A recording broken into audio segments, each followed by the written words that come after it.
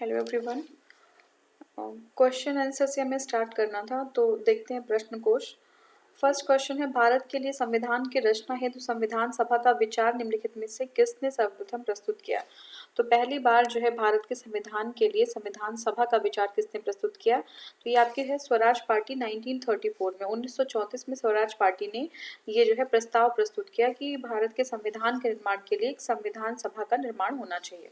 ठीक है, तो देखिए 1934 में 1934 में रांची में, ठीक है, कहाँ पे, रांची में स्वराज पार्टी ने आत्मनिर्णय के आधार पर मांग की कि एक प्रस्ताव पारित किया जिसमें जिसमें उसने कहा कि वयस्क मताधिकार के आधार पर निर्वाचित जो भारतीय प्रतिनिधियों की एक संविधान सभा होगी जो संविधान का निर्माण करेगी। ठीक है, तो उन्होंने वयस्क मताधिकार पे कहा था, लेकिन वयस्क मताधिकार पे नहीं हुआ था। ये जो है इलेक्शन था, और वो भी जो है आपका इनडायरेक्ट इलेक्शन था। ठीक है, और वयस्क मताधिकार नहीं था उसमें। उसमें कुछ लोग थे जो 1935 के अनुसार 1935 जो अधिनियम था उसके अंतर्गत कुछ ऐसे लोग थे जो टैक्स पे करते थे, जिनके पास प्रॉपर्टी थी या एजुकेशन थी, उसके आधार पर जो है लिमिटेड लोगों को जो है दिया गया था वोटिंग का राइट। ठीक है, नेक्स्ट हमारा स्वतंत्रता के पूर्व के दिनों के प्रारंभ में किसने संविधान निर्मात्री सभा पर विचार प्रस्तुत किया। तो देखिए स्वतंत्रता के प्राप्ति के पूर्व की बात कर रहा है, तो ये है एम.एन. रॉय। ठीक है, 1934 में ही भारत संविधान निर्मात्री सभा का विचार एम.एन. रॉय ने प्रस्तुत किया था। नेक्स्ट हमारा है, एक निर्वाचित संविधान सभा द्वारा भारत के संविधान का जो है निर्माण करने का प्रस्ताव किसने कहा था। तो निर्वाचित जब आता है तो निर्वाचित संविधान सभा का जो प्रस्ताव था वो किया था आपका क्रिप्स मिशन के द्वारा किया गया था। ठीक है, क्रिप्स मिशन ने कहा था। ऑप्शन हमारे थे साइमन कमीशन, भारत सरकार के अधिनियम 1935 और ब्रिटिश कैबिनेट डेलीगेशन द्वारा। तो ये सही उत्तर है, क्रिप्स मिशन द्वारा ये किया गया।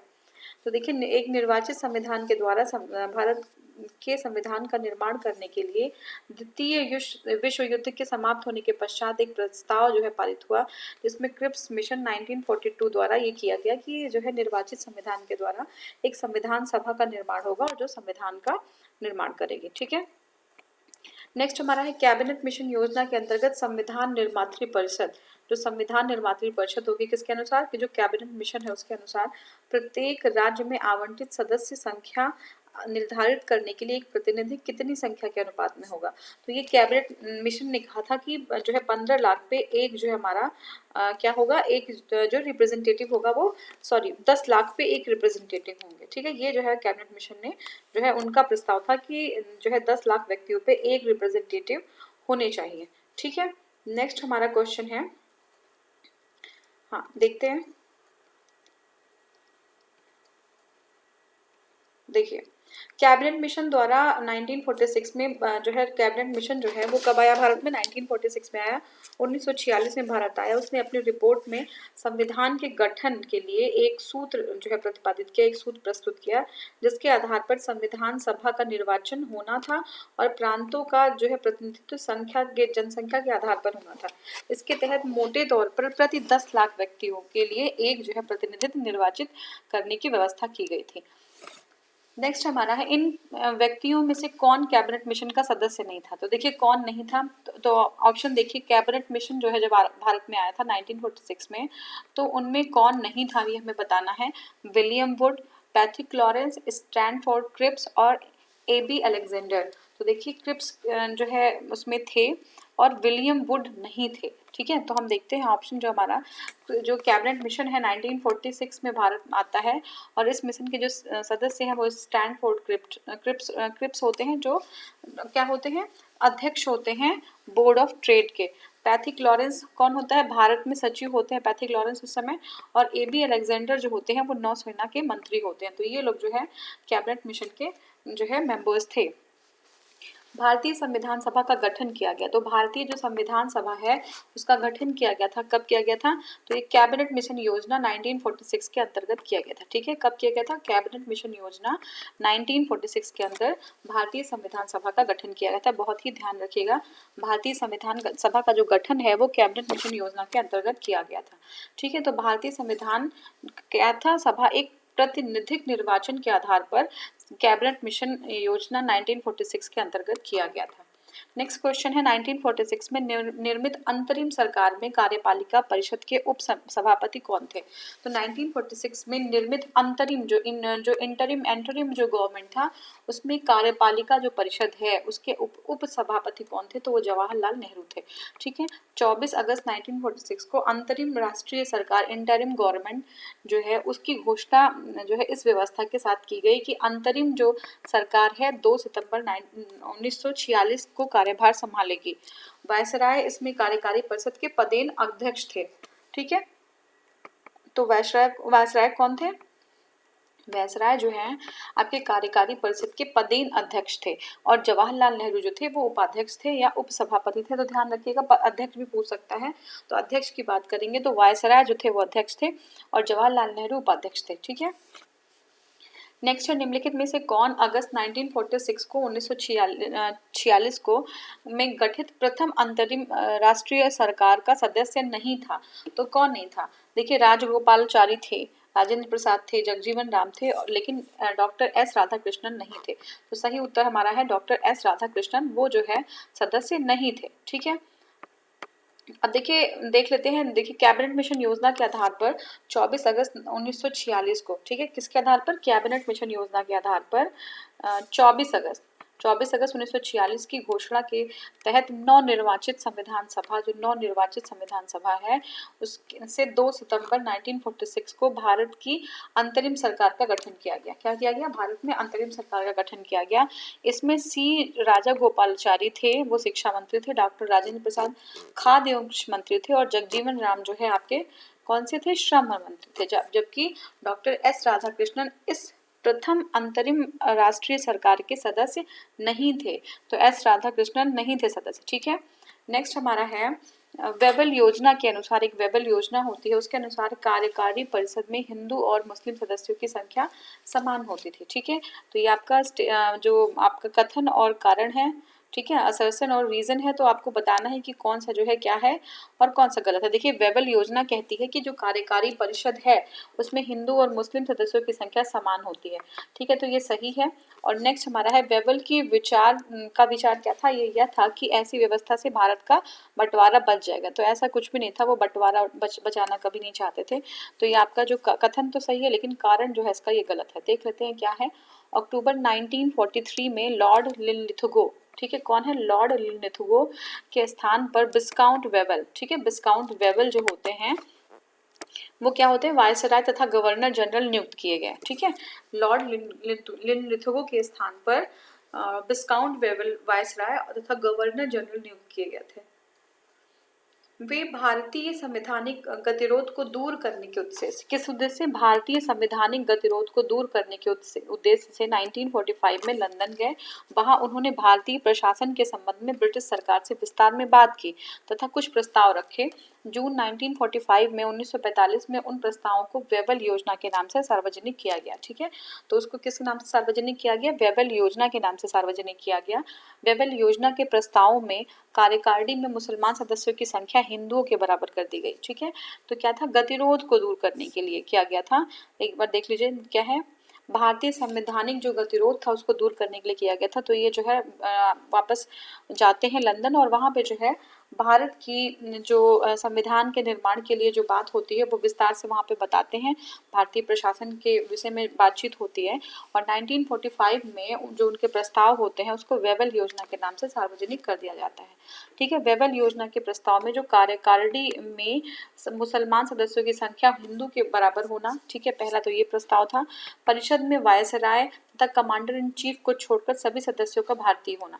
ठीक है, जो कार्यकारिणी परिषद होगी उसमें वायसराय और जो कमांडर इन चीफ होंगे उनके अलावा जितने भी सदस्य होंगे वो भारतीय होंगे।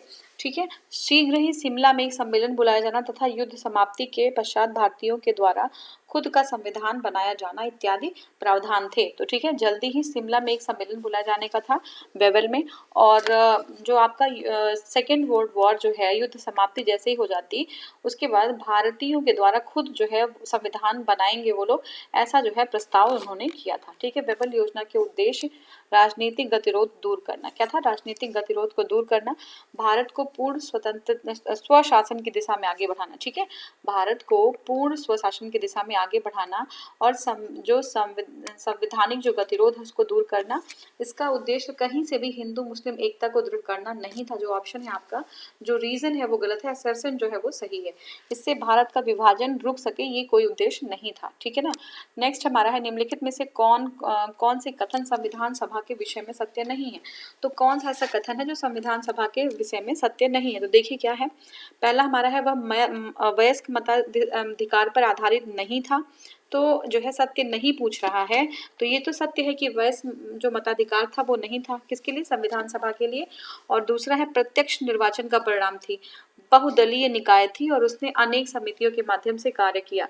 तो देखिए अनेक समितियां तो बिल्कुल थी, ये सही बात है कि अनेक समितियों के माध्यम से जो है उसने कार्य किया था। Just second.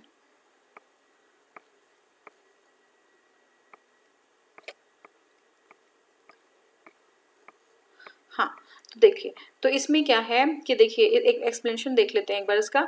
संविधान जो सभा है, संविधान सभा के गठन के लिए राज्यों और विधानसभाओं के निर्वाचक मंडल के रूप में, देखिए जो संविधान की सभा थी उसके गठन के लिए राज्यों के विधानसभाओं का उपयोग निर्वाचक मंडल के रूप में किया गया था, अभी हमने देखा था। और संविधान सभा अप्रत्यक्ष निर्वाचन का परिणाम थी। मैंने बार बार बताया कि ये प्रत्यक्ष निर्वाचन कभी नहीं थी, अप्रत्यक्ष निर्वाचन का परिणाम थी। इसका निर्वाचन वयस्क मताधिकार पर नहीं किया गया था। संविधान सभा में अनेक दल शामिल थे, बिल्कुल सही है। हालांकि जो नंबर्स था वो कांग्रेस के लोग थे वो ज्यादा थे, लेकिन दल बहुत सारे थे उसमें। इस सभा ने अपने कार्यों का संचालन करने के लिए अनेक समितियों का गठन किया। तो ये भी सही है कि बहुत सारी समितियां थी। अभी हम आगे देखेंगे कौन कौन सी समिति है, किस किस चीज के लिए रिस्पॉन्सिबल थी। ठीक है, तो ये सारे हमारे ऑप्शन सही हैं। ठीक है, नेक्स्ट हमारा है, भारतीय संविधान सभा के संदर्भ में या संबंध में निम्नलिखित में से कौन सा कथन सही है? तो देखिए ये वयस्क मताधिकार पर आधारित था। ठीक है, ये वाला सेम वही क्वेश्चन रिपीट कर रहा है। तो आगे हम बढ़ते हैं, निम्नलिखित में से संविधान सभा के बारे में गलत कथन कौन सा है? देखिए हम इसमें कौन सा गलत है ये हमें बताना है। तो सही देखते हैं कौन सा है पहले। देखिए इस जो किसके बारे में, संविधान सभा के बारे में बात की जा रही है। इसमें बड़ी संख्या में समितियों की मदद से काम किया, बिल्कुल सही है। बहुत सारी समितियों की मदद से जो है काम किया गया इसमें। उनमें से प्रारूप समिति सबसे महत्वपूर्ण थी। ठीक है, प्रारूप समिति बहुत सबसे ज्यादा महत्वपूर्ण थी। और प्रारूप समिति को कौन लीड कर रहा था बताएंगे आप? ठीक है, नेक्स्ट हमारा, अल्पसंख्यक समुदाय जैसे ईसाई, एंग्लो इंडियन, पारसियों सभी को जो है पर्याप्त प्रतिनिधित्व दिया गया था, ये भी सही है। इसका निर्वाचन सार्वभौम वयस्क मताधिकार के आधार पर किया गया था। तो देखिए सार्वभौम जो वयस्क मताधिकार था वो ऐसा कुछ था ही नहीं उस टाइम, क्योंकि जो है वहाँ पे एडल्ट फ्रेंचाइजी नहीं दी गई थी। ठीक है, क्यों? वहाँ जो 1935 में जो कुछ लिमिटेड लोग थे जिनके पास कर चुकाते थे, जिनके पास जो है कितनी एजुकेशन है या उनकी कितनी प्रॉपर्टी है, उस बेस पे कुछ लिमिटेड लोगों को मताधिकार का जो है वो प्रयोग कर सकते थे अपने। ठीक है, तो वयस्क मताधिकार नहीं था। और नेक्स्ट हमारा इसके चुनाव की जो प्रक्रिया है वो 1935 के अधिनियम के 6वीं अनुसूची पर आधारित थी। ठीक है, जो इसके चुनाव की प्रक्रिया है वो 1935 के अधिनियम के 6ठी अनुसूची पर आधारित थी। तो बिल्कुल सही है, जो चुनाव की प्रक्रिया थी इसके वो 1935 के 6ठी अनुसूची पर आधारित थी। कर, संपत्ति, शैक्षणिक योग्यता के कारण मताधिकार बहुत सीमित था। ठीक है, तो ये जो है हमारा हो गया। और नेक्स्ट देखते हैं।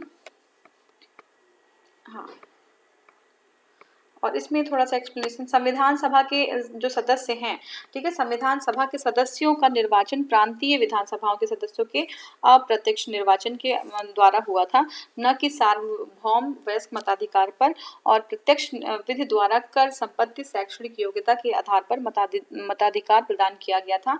तब सभी को जो है मताधिकार प्राप्त नहीं था। ठीक है, कुछ लिमिटेड लोग थे उन्हीं को था।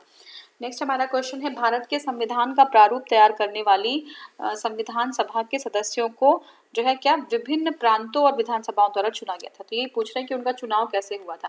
जो भारत का प्रारूप जो है तैयार करने वाली जो है सभा थी, उनके सदस्यों को कैसे चुना गया था? तो ऑप्शन आपका था कि ब्रिटिश संसद द्वारा नामित किया गया था, गवर्नर जनरल द्वारा नामित किया गया था, भारतीय राष्ट्रीय कांग्रेस और मुस्लिम लीग द्वारा चुना गया था। ये सारे जो है ऑप्शन गलत हैं।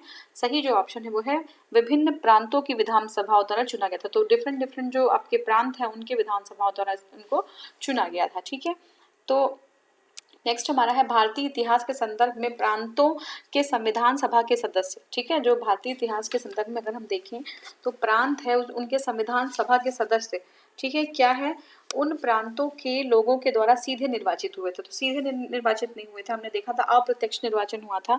दूसरा है भारतीय राष्ट्रीय कांग्रेस तथा मुस्लिम लीग द्वारा नामित हुए थे, ये भी गलत है।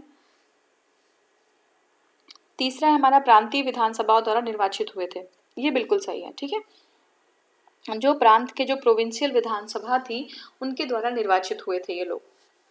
लास्ट एक बार और देख लेते हैं, हमारा डी क्या है, सरकार द्वारा संवैधानिक मामलों में उनकी विशेषज्ञता के लिए चुने गए थे। तो ये भी नहीं सही है, जो हमारा सही उत्तर है वो आपका है सी। ठीक है, नेक्स्ट देखते हैं, नेक्स्ट क्या है। तो हमारा अगला क्वेश्चन है संविधान सभा में सदस्यों का चुनाव कैसे हुआ था।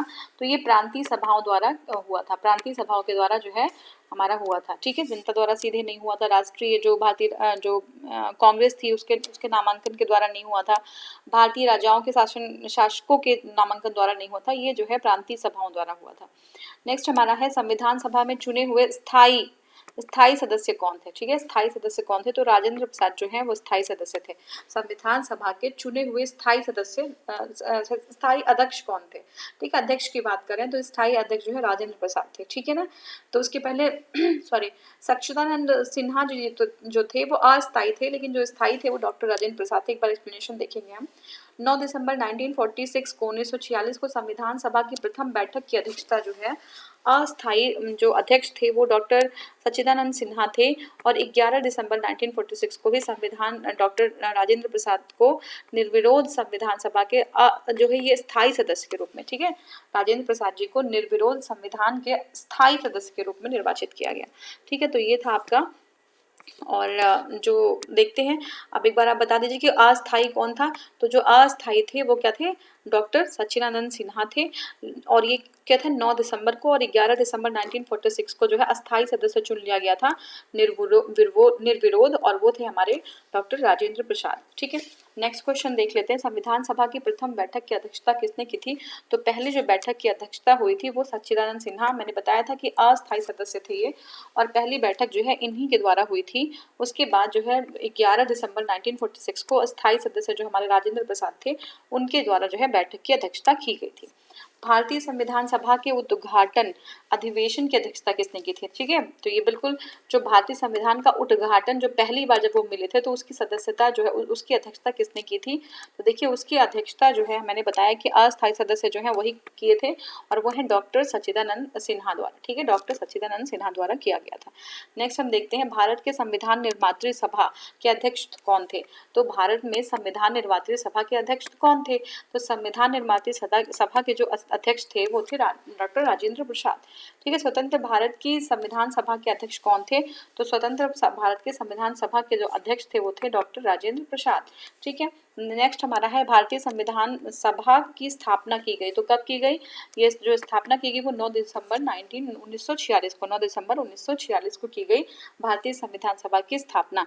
ठीक है, तो देख लीजिए कि भारतीय संविधान सभा की स्थापना जो है वो की गई 9 दिसंबर 1946 को, उसकी प्रथम जो बैठक है के आरंभ के साथ हुई। ठीक है, 9 दिसंबर 1946 को उसकी फर्स्ट जो बैठक के साथ जो है आरंभ हुई भारतीय संविधान की स्थापना। अब नेक्स्ट हमारा है भारतीय संविधान का गठन कब हुआ। तो भारतीय संविधान का गठन हुआ 9 दिसंबर 1946। कब हुआ, दिसंबर 1946। ठीक है, नेक्स्ट हमारा है, और नेक्स्ट हमारा एक मिनट मैं नेक्स्ट वाला क्वेश्चन खोल लेती हूँ। हाँ, तो देखिए जो है भारत के संविधान सभा का प्रथम अधिवेशन कब हुआ। फर्स्ट जो अधिवेशन था किसका, भारत के संविधान सभा का, वो कब हुआ। तो वो 9 दिसंबर 1946, जिसमें जो है जो अध्यक्षता थी अस्थायी जो अध्यक्ष थे वो कौन थे, डॉक्टर सच्चिदानंद सिन्हा। और 11 दिसंबर 1946 को जब फिर से अधिवेशन हुआ तो उसमें जो स्थायी सदस्य हुए हमारे वो राजेंद्र प्रसाद जी को चुना गया। ठीक है, भारतीय संविधान की पहली बैठक कब हुई, फिर से वही क्वेश्चन है, तो हमारा 9 दिसंबर 1946 को हुआ था। नेक्स्ट क्वेश्चन है, भारत को एक संविधान देने का प्रयास संविधान सभा द्वारा पारित किया गया। ठीक है, भारत को एक संविधान देने का जो प्रस्ताव था वो संविधान सभा द्वारा पारित किया गया। कब, 22 जनवरी 1947 को। भारत को एक संविधान देने का प्रस्ताव पारित किया गया, और जो हमारी संविधान सभा जिसका अभी निर्वाचन हुआ था अप्रत्यक्ष रूप से, उसने पारित किया कि अब एक संविधान देने की आवश्यकता है। तो ये कब कहा था? ये 22 जनवरी 1947 को कहा गया। ठीक है, तो 22 जनवरी 1947 को संविधान सभा द्वारा भारत को एक संविधान देने का उद्देश्य जो है वो प्रस्तावित किया गया। उद्देश्य जो है, प्रस्ताव क्या था? उद्देश्य प्रस्ताव को 13 दिसंबर 1946 को संविधान सभा में जवाहरलाल नेहरू द्वारा पेश किया गया, और आगे चलकर यही उद्देशिका यानी कि जो है आपकी उद्देशिका जो है बनी, जो है प्रस्तावना, यानी कि इसको हम क्या बोलते हैं? प्रियम्बल हमारे इंडिया का। ठीक है, तो वो जो है उसको जो है किसने, जवाहरलाल नेहरू द्वारा जो स्पीच थी वही हमारी उद्देशिका बन गई आगे चल के। नेक्स्ट क्वेश्चन है, संविधान सभा के सम्मुख संविधान की प्रस्तावना का प्रस्ताव किसने रखा? तो संविधान सभा जो है उसके सम्मुख जो है प्रस्तावना का प्रस्ताव किसने रखा? तो ये जो है जवाहरलाल नेहरू ने रखा। अभी हमने जस्ट देखा इसको। नेक्स्ट हमारा है, संविधान सभा में उद्देश्य प्रस्ताव निम्न में से किसके द्वारा प्रस्तुत किया गया? तो बिल्कुल ये सही और इजी है, ये जवाहरलाल नेहरू द्वारा किया गया। ठीक है, नेक्स्ट हमारा है, देखते हैं। हाँ, तो जो नेक्स्ट क्वेश्चन है वो है, भारतीय जो संविधान के निर्माण से संबंधित निम्नलिखित कथनों में कौन सा कथन सही है वो हमें देखना है। तो देखिए, पंडित नेहरू ने उद्देश्य प्रस्ताव को जो संविधान सभा द्वारा जो स्वीकार किया गया था वो संविधान के निर्माण पर असर था। बिल्कुल सही है, जो हमारा जो उद्देशिका है वो संविधान सभा द्वारा स्वीकार किया गया और वो संविधान के निर्माण पर असर था। ठीक है, ये सही है हमारा। और दूसरा है, उद्देशिका बहुत महत्वपूर्ण उद्देश्यों की पूर्ति करता है। बिल्कुल सही है, संविधान को भारत के लोगों ने आदेशित किया था, ये भी सही है। राज्य के मुखिया को लोग प्रत्यक्ष रूप से जो राज्य के मुखिया होते हैं को लोग प्रत्यक्ष रूप से निर्वाचित करते हैं। तो देखिए, राज्य के मुखिया को प्रत्यक्ष रूप से निर्वाचित करते हैं, एक बार हम इसको देखते हैं क्या है। देखिए, भारतीय संविधान के तहत राज्य के मुखिया, अच्छा मुखिया की बात जो है वो राष्ट्रपति के लिए कर रहे हैं, तो राष्ट्रपति प्रत्यक्ष रूप से निर्वाचित नहीं होते, ये जो है सही नहीं होगा। इनका निर्वाचन जो है प्रत्यक्ष रूप से नहीं होगा, बल्कि अप्रत्यक्ष रूप से जो जनप्रतिनिधि होंगे यानी कि सांसद और विधानसभा में जो निर्वाचित सदस्य होंगे उनके माध्यम से जो है इनका क्या होगा, इनका जो है उनका निर्वाचन होगा, अप्रत्यक्ष निर्वाचन होगा। ठीक है, नेक्स्ट क्वेश्चन हमारा है, भारतीय संविधान को बनाने हेतु भारतीय संविधान सभा के कुल कितने अधिवेशन हुए? तो ये टोटल 12 अधिवेशन हुए थे। भारतीय संविधान को बनाने के लिए जो संविधान सभा थी उसके 12 अधिवेशन हुए थे। ठीक है, तो एक्चुअली जो है 11 अधिवेशन हुए थे, इसमें ऑप्शन जो है 12 है। एक मिनट देख लेते हैं इसको। भारतीय संविधान के निर्माण में 2 वर्ष 11 महीने और 18 दिन का समय लगा था। इस दौरान कुल 11 अधिवेशन हुए थे, 165 दिन लगा था, और 11वें अधिवेशन के अंतिम दिन, ठीक है, 11वें अधिवेशन के अंतिम दिन 26 नवंबर 1949 को संविधान को अंगीकृत किया गया था। इन 11 अधिवेशनों के अतिरिक्त संविधान सभा पुनः जो है 24 जनवरी 1950 को समवेत हुई, और जबकि सदस्यों द्वारा भारत के संविधान पर हस्ताक्षर किए गए, और इस प्रकार निकटतम जो उत्तर होगा वो सी होगा। लेकिन अगर एग्जैक्टली 11 होता, 11 होता तो 11 अधिवेशन जो है एग्जैक्टली हुए थे। ठीक है, नेक्स्ट हमारा है, भारत के संविधान सभा की अंतिम बैठक को सही तिथि बताइए। तो अंतिम बैठक जो हुई थी वो 24 जनवरी 1950, ठीक है, 24 जनवरी 1950 को अंतिम बैठक हुई थी। ठीक है, तो नेक्स्ट क्वेश्चन देखते हैं। हाँ, भारत के संविधान के निर्माण में संविधान सभा को कितना समय लगा था? तो देखिए 2 वर्ष 11 माह 18 दिन का समय, 2 वर्ष 11 माह 18 दिन का समय लगा था। ठीक है, 2 वर्ष 11 माह और 18 दिन का सूची है, उसको सम्मिलित करना है एक्स और वाई। देखते हैं एक्स में क्या है, संविधान सभा के पहले उपाध्यक्ष कौन थे? जो प्रारूप समिति के मूलतः एकमात्र कांग्रेसी सदस्य कौन थे? ठीक है, प्रारूप समिति जो है उसके मूलतः एकमात्र कांग्रेसी सदस्य कौन थे? राजस्थान के रियासतों के प्रतिनिधित्व करने वाले संविधान सभा के सदस्य कौन थे? और संघ संविधान समिति के अध्यक्ष कौन थे? ठीक है, सूची में है वीटी कृष्णरामाचारी, जवाहरलाल नेहरू, के.एम. मुंशी और एच.सी. मुखर्जी। तो देखिए सही जो हमारा है, देखिए संविधान सभा के जो पहले उपाध्यक्ष थे, संविधान सभा के पहले जो उपाध्यक्ष थे वो है एच.सी. मुखर्जी थे। प्रारूप समिति के मूलतः एकमात्र जो कांग्रेसी सदस्य थे वो के.एम. मुंशी थे। ठीक है, राजस्थान के रियासतों का प्रतिनिधित्व करने वाले संविधान के सभा के सदस्य थे वीटी कृष्णरामाचारी। संघ जो है संविधान समिति के अध्यक्ष कौन थे? जवाहरलाल नेहरू। ठीक है, संघ संविधान के अध्यक्ष जो है जवाहरलाल नेहरू थे। नेक्स्ट हमारा है, भारतीय संविधान के निर्माण के समय संवैधानिक सलाहकार कौन थे? तो भारतीय संविधान का जब निर्माण हुआ था तो उसके जो है संवैधानिक सलाहकार जो थे वो डॉक्टर जो है बी.एन. राव थे। सॉरी, डॉक्टर नहीं है ये, बी.एन. राव। ठीक है, बी.एन. राव जी थे। ठीक है, तो संविधान सभा के निर्माण के समय बेनेगल नरसिंह राव, ठीक है, BN राव का फुल फॉर्म है बेनेगल नरसिंह राव को संवैधानिक सलाहकार नियुक्त किया गया था, ठीक है। नेक्स्ट क्वेश्चन देखते हैं। भारतीय संविधान का प्रथम प्रारूप तैयार किया गया किसके द्वारा? BN राव द्वारा, ठीक है, BN राव द्वारा। भारतीय संविधान को संवैधानिक सलाहकार जो है वो BN राव थे और संविधान का पहला प्रारूप तैयार किया गया था इनके द्वारा, जिस पर विचार एवं परिवर्तन करके प्रारूप समिति द्वारा संविधान सभा के समक्ष संविधान का मसौदा प्रस्तुत किया गया। BN राव के मूल रूप में देखिए, BN राव के मूल प्रारूप में 324 अनुच्छेद और 11 अनुसूचियां थी, ठीक है। तो आगे का क्वेश्चन अगले वीडियो में करेंगे। Thank you so much for watching.